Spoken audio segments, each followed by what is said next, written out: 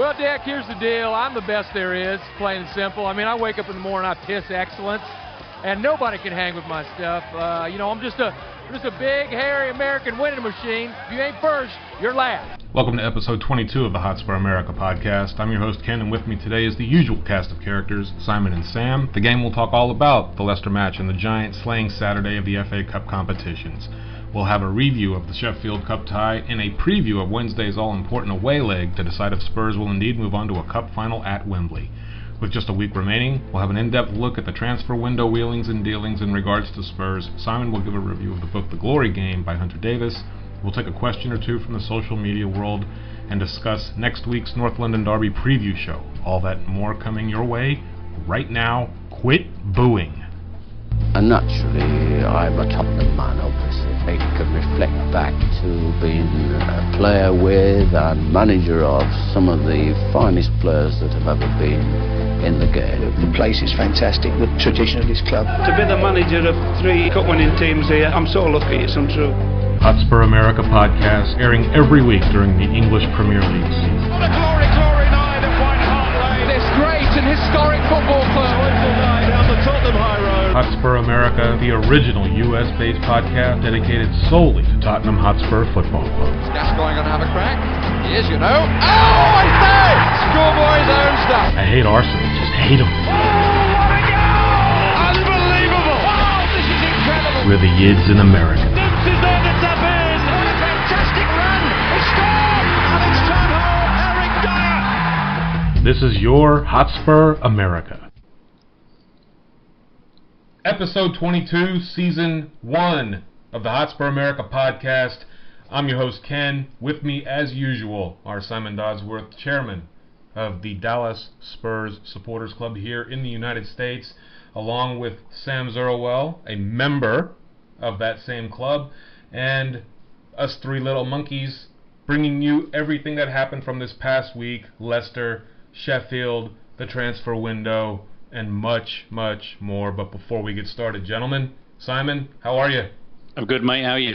I'm a bit pissy today, to be honest with you. I really am. And I think I'm going to take it out on the show today. So for all you listeners who are used to, calm, well-mannered Ken, get ready for a little bit something different, I believe. Sammy, how about you, buddy? I love this. New Ken. I love this.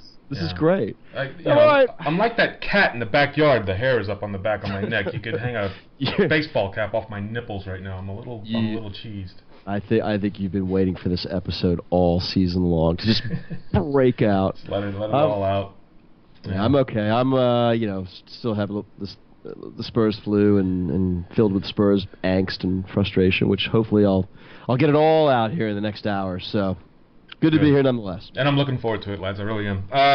All right. Let's get right into this thing. FA Cup yesterday. Cracking. Let's get cracking. This FA Cup garbage yesterday, and I'm gonna just put it out. Saturday was the slaughter of the giants. It really was. City out, Chelsea out, Tottenham out, Swansea out after an early red card and recovering a goal, but out against a lower league team. Simon, is this what you remember about the Cup? When you think about things like that, is it a lot of giant killing? Is this becoming a lower league's goal, lower league team's goal to just throw all their eggs in that basket and not really so much worry about what happens in their league, when it seems like the Premiership teams are doing the exact opposite?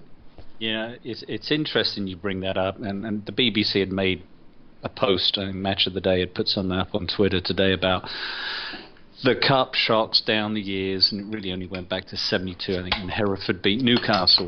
But I wish I had one of those, whatever you're drinking. Yeah, what are you drinking? This is cider number 5. That's what that is. So you've been on the piss since what time today? Don't worry about it. Hotspur America, proudly brought to you by Angry Orchard. Angers today. By Duff Beer. So going back to Cup shocks, I don't remember so many in a weekend, and I think the big one is obviously Bradford. Wow, beating Chelsea. I saw that at 2-1, and I didn't come back to it for 1. Mate, you're kidding me. 4-2. And then, obviously, City losing to Middlesbrough at home.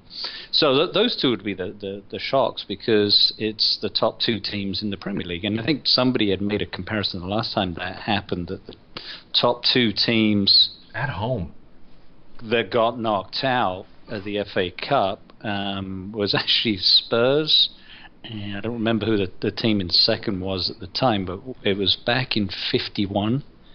That was the last time that the top two in the top flight had been knocked out of the cup. Yeah. So, yeah, definitely some upsets. And are people giving it less credibility?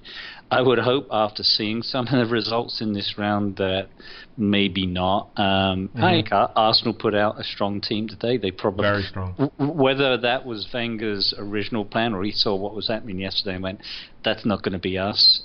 West Ham struggled against Bristol City. Although Bristol City were a bit toothless, I really didn't see him make much of an effort. Granted, I only saw the second half of that match. Every time I thought about tweeting, "Come on, you seagulls," I knew that would bite me in the arse. I just saved myself the trouble, and the wankers won again. So you got, for me, the thing that really upsets me about yesterday, apart from the fact that it was not much of an effort by us, and we'll talk about the starting lineup because that was a bit of a shocker, but we just missed a golden chance by not winning that game yesterday. We missed a golden chance of, without putting the hoodoo on Wednesday night's game, which is now of even more importance because we're out of the FA Cup. But if we'd still been in it, knowing that Chelsea and City are out and Southampton are out, and that Liverpool and United still have replays, I think we just missed a golden opportunity to have a really good cup run. Having said that, would have probably drawn Arsenal away in the fifth round. So and been knocked out, and it would have made it probably worse. Yeah. So watch the draw tomorrow. See who Leicester get. Actually, no, they'll probably get Bradford. You know what though, the Bradford story to me is kind of interesting, and they've kind of become my sentimental favorite in this tournament. I understand, when I see these lower league teams, I start wanting to learn something. Okay, well, these teams are, they're still in it. Let me look, kind of get some history on these teams. Bradford, didn't they go through like a Liverpool-esque type of disaster, stadium catching on fire and lost a whole bunch of people? I think it was 85. It was an old wooden stand. It had a ton of rubbish underneath, and it was probably a stray cigarette caught it all afire, and I don't remember how many people perished, but it was a fair few, and it was not a good day for football that day. Yeah. Those kind of stories I don't know, they tug at my heartstrings a little bit, so good on Bradford. I'm kind of pulling for them the rest of the way in this thing. That's remarkable what they did. I mean, to be 2-0 down, how many times has Mourinho's never lost at Stamford Bridge in the Premier League? Yeah. He's probably lost there on other occasions, but to be 2-0 down at Stamford Bridge and come back and win 4-2 is I think I give a little bit of a shout out to Adam O'Keefe because he mentioned it. I mean, it's an absolutely remarkable football. It's an astonishing result. Astonishing to beat a period and then to do it in the manner they did. It was just unbelievable. And I went back and I had watched some of the lower league lead-ups, before the Premiership teams joined in the third round, and Bradford struggled to get through against these weak-ass teams. I mean, I think one went to extra time and penalties and the whole bit, and they were like squeaking out these matches. Then they go in there and they knock off Chelsea away. Very cool, man. I mean, that's all magic of the cup stuff, I guess. But when you look at Tottenham and you look at Chelsea and you look at City and you see these teams, the fans are disgusted, but the players and even their coaching staffs don't seem to be all that upset about being out of another competition. Well, speaking of, and I want to know, has the FA Cup really lost some of its luster to be something to shoot for? To me, it's a trophy. You go for that, right? Yeah. Well, did you see the vine of Joe Hart coming out of the tunnel? And they caught his audio saying something to the effect of, "I don't even know why we're playing in this, or we don't even need to win this cup." Actually, that's what it was. He says, we don't even need to win this cup. So, I mean, that sort of says it all, right? England's number one walking out of the tunnel. It's lost its luster to some, but I'll tell you this, and I know Dottie will agree with me, not to me. I love this Cup. Yeah. And I'm bitterly disappointed, and no different than how I felt at Palace, when it was just like, oh, you know, we cock up these golden opportunities. We're one. We've all that Cup's been gifted to Arsenal now again, and that's another thing. Just the Spursy coefficient continues, and just great. Well, we talked about it when Daniel and Julie were on last week, that this is the FA Cup, and we talked about all the glory that we've had, but it's ended in '91, and we've had a bunch of semi-finals where we've just fizzled out, and the dream has ended. So I think that's why I'm kind of disappointed, because we had a great opportunity, and makes those 2 Burnley games kind of a waste of time, because we turned up, and it granted us the last 10 minutes. So let's talk about yesterday's game, because it's a perfect segue. Sure. A lot of starters sitting, and that almost immediately let the fan base know, hey, whatever happens, happens. And I thought Leicester put out a pretty solid squad.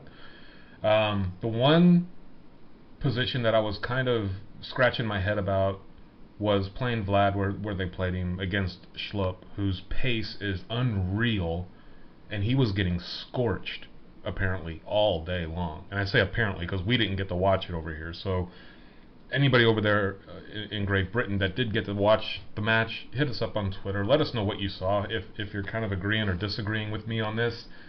I thought Yedlin maybe should have played, and just to match his pace and be a pest.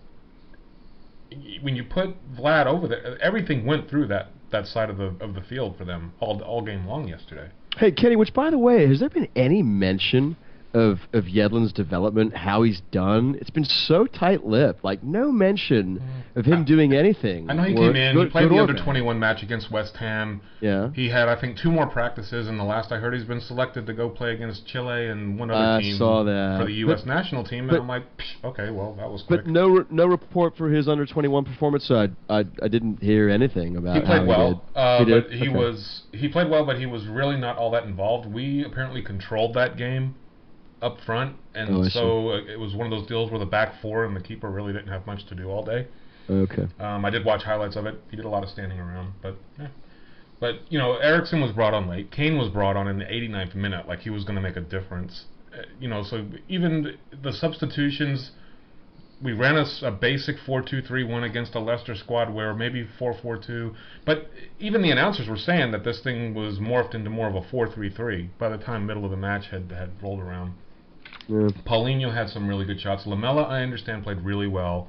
Had a blistering shot on goal that their keeper made, a bit of a show of. And Paulinho, he missed a sitter, apparently, off of a Lamela feed. Lamela's feed also led to the Soldado penalty that wasn't a penalty, in my opinion. And Rose got a lot of plaudits for his role in the match yesterday.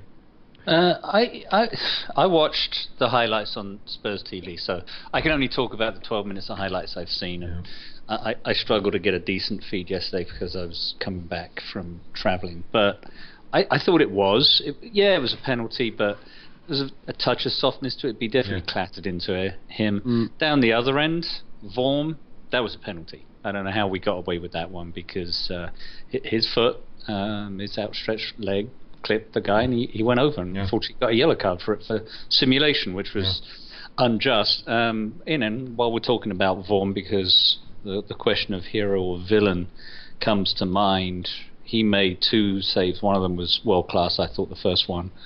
And those 2 saves were before we even scored. So 2 top draw saves before the 19th minute goal. We could have been 2-0 down very, very quickly. And the ease at which the Leicester players carved through our back 4 was it was shocking. And I think there was another one. I just saw Kabul just standing there. And I know we're going to talk about him and who didn't do so well, based on what we've heard. And then, of course, he could have given up the penalty in the first half. Could have been 1-1 at that point. And then his error in the 92nd minute really just was the icing on the cake. So again, hero or villain, a lot of people just slammed him for that. But he did have those 2 great saves in the first half, which kept us in the game. The fact is, we could have lost by a lot more. Yeah. Because the chances I saw, as you mentioned, 2 from Paulinho that were pretty close.